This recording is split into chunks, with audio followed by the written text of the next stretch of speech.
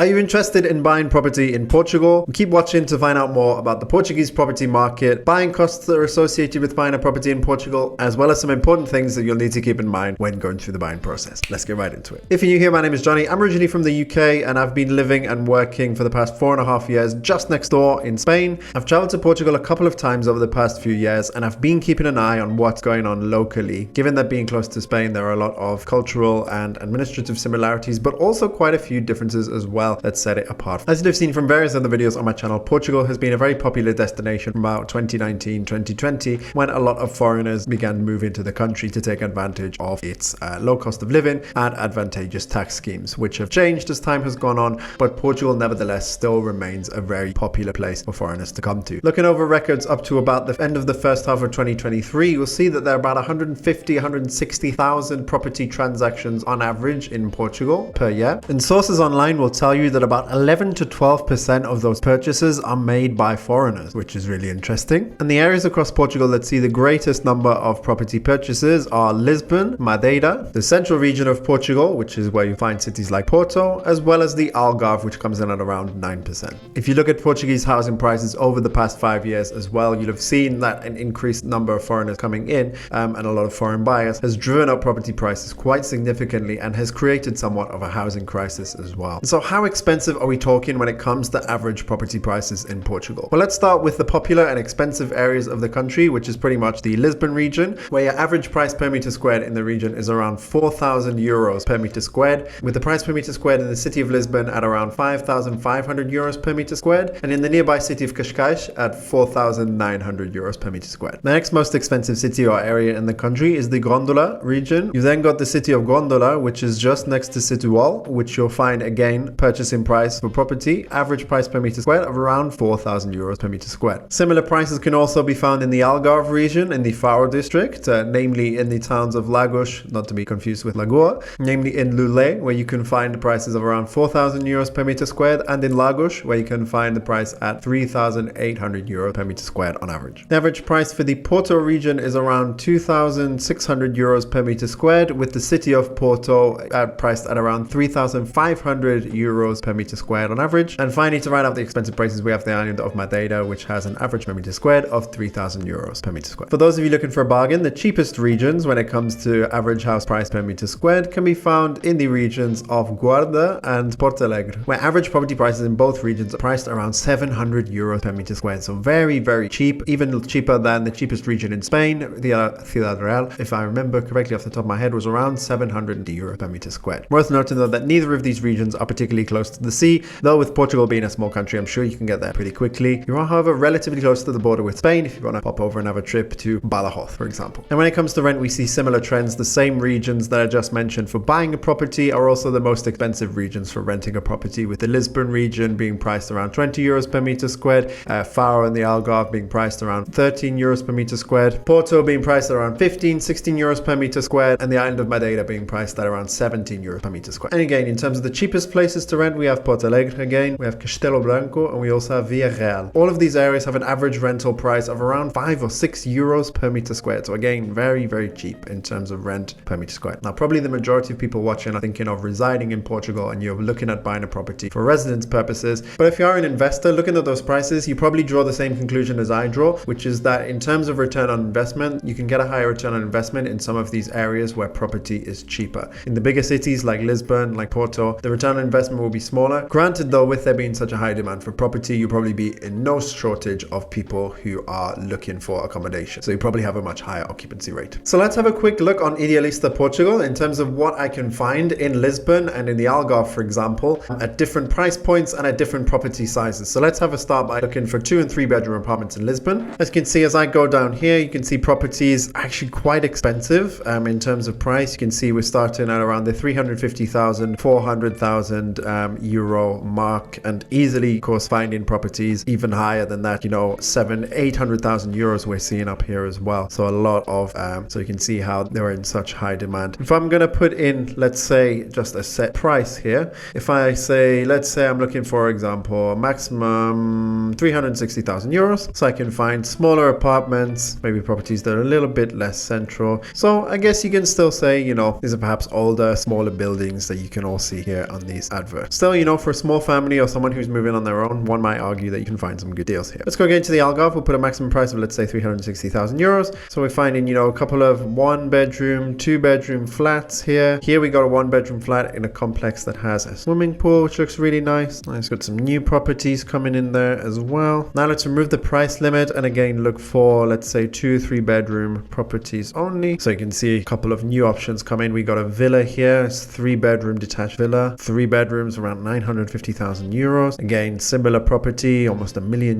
Again, this is a terrace house, another house, private. Again, look at these. We're seeing the likes of villas. We're seeing apartments with pools. Some of these have even got your own pool, which is really nice. So you can see some very expensive properties in certain regions of Portugal. Yeah. Now, just out of curiosity, let's maybe look at one of those cheaper regions. So we'll put Porto Alegre and see what we find. If I look at the Porto Alegre province, we'll look at the whole province. Okay, so we can buy a farm with 9 bedrooms for 400,000 euros. We got a terraced house with 3 bedrooms, 400,000 euros. So as we're seeing here, you can definitely get more for your money. You know, if you're paying similar prices to what you're paying in Lisbon or the Algarve, you're getting much bigger properties, either in terms of, you know, the property size in general, the number of rooms it has, the amount of space you have. Look, we have a nice little semi-detached house here, 2 bedrooms for 200,000 euros. Again, we have a semi-detached house here with 3 bedrooms for 80,000 euros. We have a detached property. This one, like, it needs a bit of renovation works from the original photos, as this is clearly computer generation. As we go through a little bit more, and, you know, if we look at the video here, we can see that the property clearly needs some work. And we got, you know, multi-million euro properties as well out here, which is crazy in the middle of nowhere. Anyways, that's just a brief look, guys, so you can get an idea of what is on the market. Of course, if you're thinking of seriously buying a property, then do your research to a property professional and a lawyer as well, of course. Definitely important to see a property in person, not rush the process. And during that time, you'll of course want to be in Portugal, but you'll be looking for more shorter term accommodation. You'll not be looking for something long term necessarily. And that's where services like Uniplaces come in. Uniplaces offer accommodation for people arriving in a new country on a medium to long term basis until they can find a more permanent solution. They're present in a whole host of cities across Europe, as well as major cities in North and South America as well. So if you are heading out to Portugal or anywhere else for that matter where Uniplaces is, then be sure to check out the offers on their website. And if you use the code UA Millennials 25, which I'll put in the description, then you'll get a 25% discount on the service fee. Now that we've seen the price of properties in Portugal, and we've had a look at some potential properties that one might find, what are the buying costs and what are the processes buying a house in Portugal? It's important that before you start buying a property, you'll need a tax identification number, and you can get that through the Portuguese Tax and Customs Authority, essentially. Important that you have that before you start the buying process. Now, like many places when buying properties, there are taxes, there are fees involved when purchasing a property in Portugal. The first one and probably the biggest tax that you'll pay is, I'm going to say this in my best Portuguese accent, Imposto Municipal sobre a Transmissão Onerosa de Imóveis. I hope that came out well.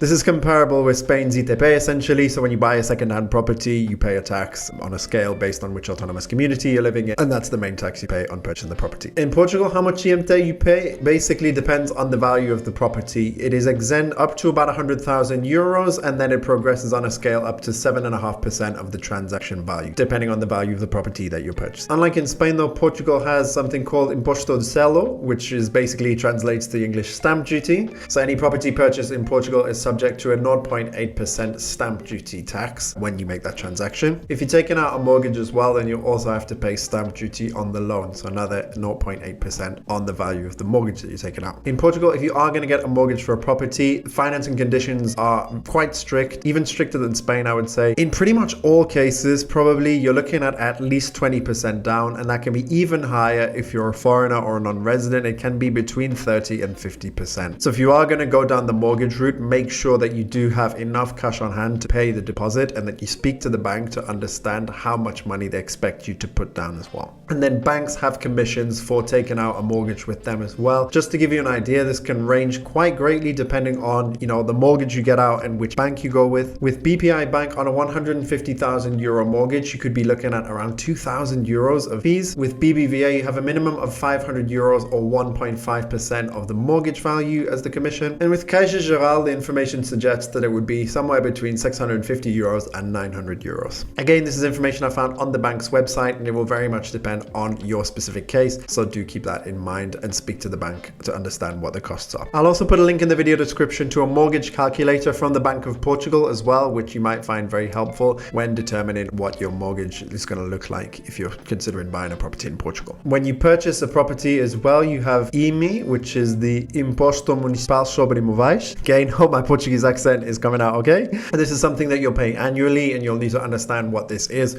when you purchase the property as well. The EMI that you owe on the property you own will determine how many installments you can pay it in. So if your EMI value is less than or up to 100 euros, then you basically pay that in one installment in May every year. If the EMI is between 100 and 500 euros, then you can pay part of it in May and the rest in November. And if it's 500 euros or greater, you can pay it in up to 3 installments in May, August, and November. And if ever you come to sell that property one day, or you're selling another property based on your tax situation, you owe capital gains tax in Portugal, then there is a 28% capital gains tax on the sale of property in Portugal. However, there are multiple possible exemptions to this. One of them being that the property you're selling is your primary residence, it's within Portugal or the rest of the EU, and you're purchasing another property within a 36-month period, that essentially exempts you from capital gains tax. So for example, if I sell my primary residence in 2022 and I buy a primary residence in Portugal in 2024, then I've essentially changed my permanent residence, and as a result I'd be exempt from capital gains tax on that first property sale. Another scenario is that you've owned the property since before 1989. May not be the case for many people watching this video, but if that is you, then that would also get you a capital gains exemption. And if you're considered non-resident in Portugal and there are capital gains, then you're only taxed 50% of the capital gains that you make. So guys, I hope you found that video interesting and informative, and I hope that my research can be of good use to you. Leave a comment and let me know where you're thinking of buying property in Portugal after watching this video. And if you enjoyed this video, then maybe you're torn between Portugal and Spain, you can check out my quick guide to buying property in Spain as well. And you can also check out my recent video looking at 4 EU countries that offer golden visas when you buy certain property in those countries. Till next time, I'll see you on the next one, and let's get this money.